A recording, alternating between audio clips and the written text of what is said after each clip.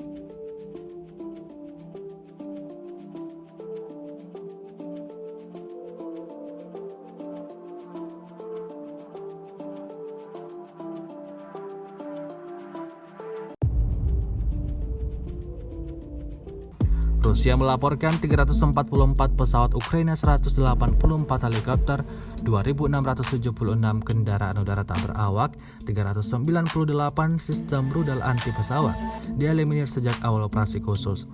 Sementara itu dari kubu Kiev, Kementerian Pertahanan Ukraina melaporkan 590 tentara Rusia dieliminir dalam 24 jam terakhir. Total 98.280 prajurit Rusia meninggal sejak awal konflik hingga hari ke-299.